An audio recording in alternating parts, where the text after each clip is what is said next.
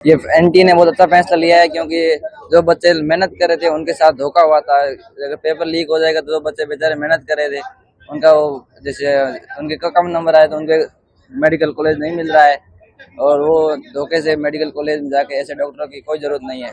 धन्यवाद। मेरा नाम राम किशोर।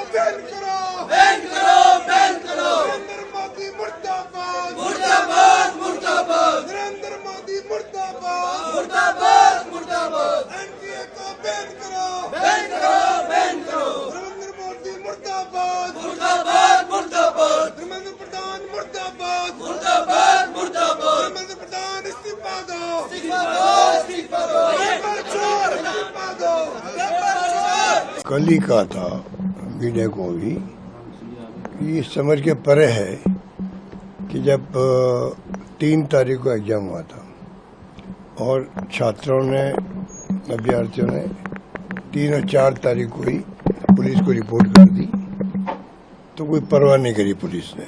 फिर उन छात्रों ने एनटीओ को लिखा, तब जाके उन्होंने डीजी पुलिस को, मैंने सुना है या इतला करी कि भाई ये शिकायत हमारे पास आ रही, राजस्थान से आ रही। तब केस एसओजी को दिया गया, उन्होंने 20-30 लोगों को अरेस्ट कर लिया। पर ये समझ के परे है क्या कारण था कि एफआईआर तक दर्ज नहीं करे थे। मैंने कल ही मांग करी कि आप एफआईआर दर्ज क्यों नहीं कर रहे हो, आपने बैठा रखा उनको, आप उनका अरेस्ट करें, कार्रवाई शुरू करें, जांच शुरू करें। पूरे राजस्थान की बदनामी हो रही थी, पर ये समझ नहीं आ रहा कि स्टेट गवर्नमेंट ने क्यों ऐसे इंस्ट्रक्शन दिए होंगे। एसओजी संस्था जो है उनके अधिकारियों में समझ पैदा हो गई कि हम कार्रवाई आगे बढ़ाएं नहीं बढ़ाएं। ये खबरें भी आ रही थी एसओजी से भी। ये बहुत ही अनफॉर्चुनेट बात थी। अब सवाल ये कि 2024 में पेपर आउट हुआ, 25 में हुआ और 26 में हो रहा है। 3 साल लगातार एनटीए से पेपर आउट हो रहे हैं। जब तक आप तय में नहीं जाएंगे तो ये आगे भी ऐसी स्थिति बनती जाएगी। पहले भी जो एग्जाम होते हैं राज्यों में, वहां पे भी राजस्थान सहित मैं जहां तक समझता हूँ शायद उसमें यूपी भी है, गुजरात भी है, हो सकता है एक आधा स्टेट में गलत बोल रहा हूँ, मतलब देहरादून का भी रिपोर्ट आई थी, बिहार से भी आई थी, कई राज्यों से आती रहती है। तो ये जो पेपर लीक के जो गैंग बन गए हैं अलग अलग राज्यों में और राष्ट्रव्यापी, इससे हमारे जो नौजवान पीढ़ी बहुत दुखी है। तैयारी करते हैं, एग्जाम होते हैं, फिर एग्जाम रद्द करने पड़ते हैं। हमें भी राजस्थान एक आउट हो गया, रद्द करना पड़ा था। तो ये बहुत बड़ी समस्या, चुनौती के रूप में हमारे सामने है। भारत सरकार को चाहिए, मैंने पहले अपील की थी, ये जो राष्ट्रीय स्तर पर जो ये ऑर्गेनाइज वे में काम हो रहा है, ऑर्गेनाइज वे में गैंग बनी हुई है, ये पता लगाना चाहिए ये इस समस्या के समाधान के लिए। अब तो हम बता नहीं सकते कि बहुत गंदा लग रहा है जो किए लोग, वो अच्छा नहीं किया। अगर एग्ज़ाम करवा रहे हैं तो अच्छी तरह से करवाएं, न कि पेपर लीक करें। हम लोग भी मेहनत करते हैं और बहुत ज़्यादा मेहनत करते हैं, इसके लिए हमारे मेहनत पे पानी न फेरे। गार्जियंस की उम्मीदें थी आप लोगों से? हाँ, बहुत उम्मीद थी, लेकिन इस बार ऐसा करने से हमारे पेरेंट्स का भी जो मनोबल होता है वो टूट जाता है, इसलिए प्लीज़ ऐसा ना करें।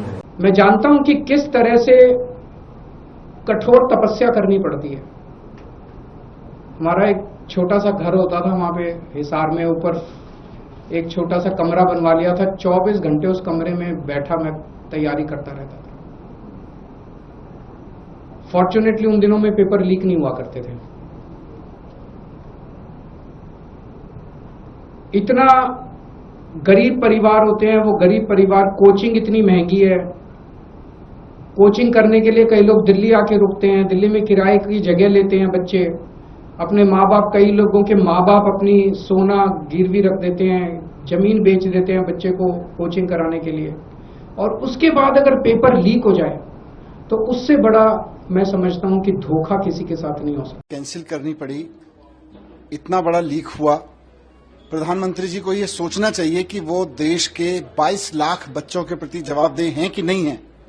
22 लाख बच्चे, उनके परिवार एक परीक्षा की तैयारी करने के लिए किस तरह के जुनून से गुजरता है, किस तरह का ट्रॉमा हुआ होगा हर परिवार में जब उनको भी पता चला कि पेपर लीक हो गया और अब पेपर कैंसिल हो गया। प्रधानमंत्री जी इस बात का जवाब दें कि लगातार उनकी बनाई हुई एनटीए, ये जो नया कॉन्सेप्ट वो लेकर आए थे, हर बार पेपर क्यों लीक हो रहा है। और प्रधानमंत्री जी ये भी बताएं कि जो पिछली बार पेपर लीक हुए थे उनके आरोपी अब जेल से बाहर क्यों हैं, क्या उनको वापस पेपर लीक करवाने के लिए जेल बेल दिलवाई गई है। आप हमारे ऊपर, हम तो कुछ नहीं करते, भ्रष्टाचार नहीं किया हमने, हमें 18-18, 20-20 महीने तक जेल में डलवा के रखते हैं क्योंकि हम विपक्ष की पार्टी हैं।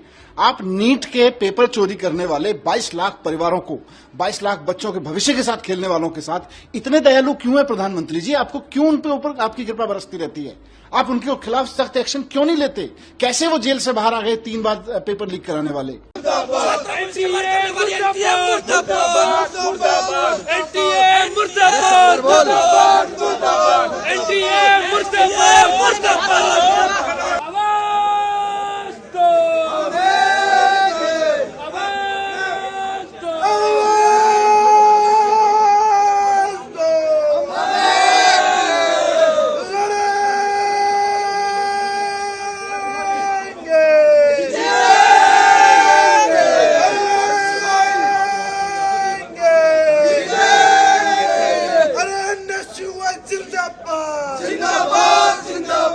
पेपर कैसा लीक हो गया भाई?